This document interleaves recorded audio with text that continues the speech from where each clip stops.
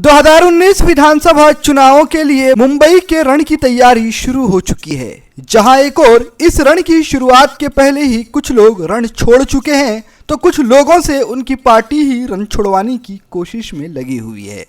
जी हां, अमरावती के नामी गिरामी साहब पहले ही चुनावी मैदान से खुद को अलग कर चुके हैं, लेकिन दूसरी ओर खबर यह भी है कि कार्यकर्ताओं के लिहाज से देश व दुनिया की सबसे बड़ी राजनीतिक पार्टी अमरावती विधानसभा मतदार संघ से इस बार मौजूदा साहब को आराम देने का मन बना चुकी है।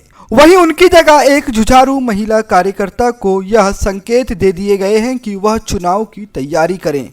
फिलहाल पार्टी के आला नेताओं की ओर से उस महिला नेता का नाम उजागर नहीं किया गया है, लेकिन सूत्रों की माने तो स्पष्ट यह कह दिया गया है कि आप अपनी ओर से पूरी तरह चुनाव लड़ने के लिए तैयार रहें।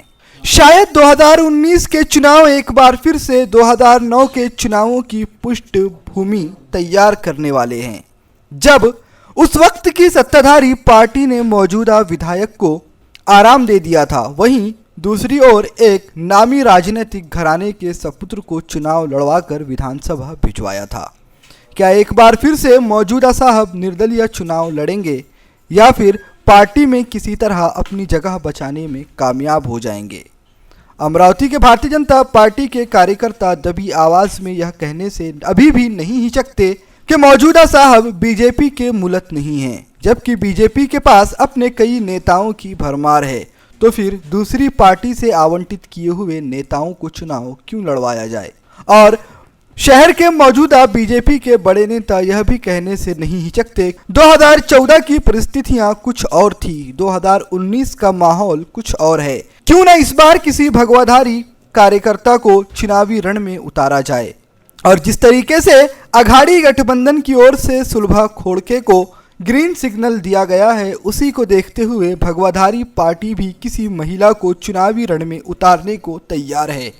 अब तो ऊंट किस करवट बैठने वाला है, यह आगामी एक माह के अंदर ही स्पष्ट होने वाला है।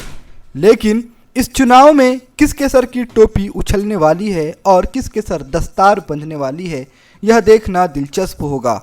फिलहाल मौजूदा राजनीतिक समीकरण किसी और ही सिमत इशारा कर रहे हैं।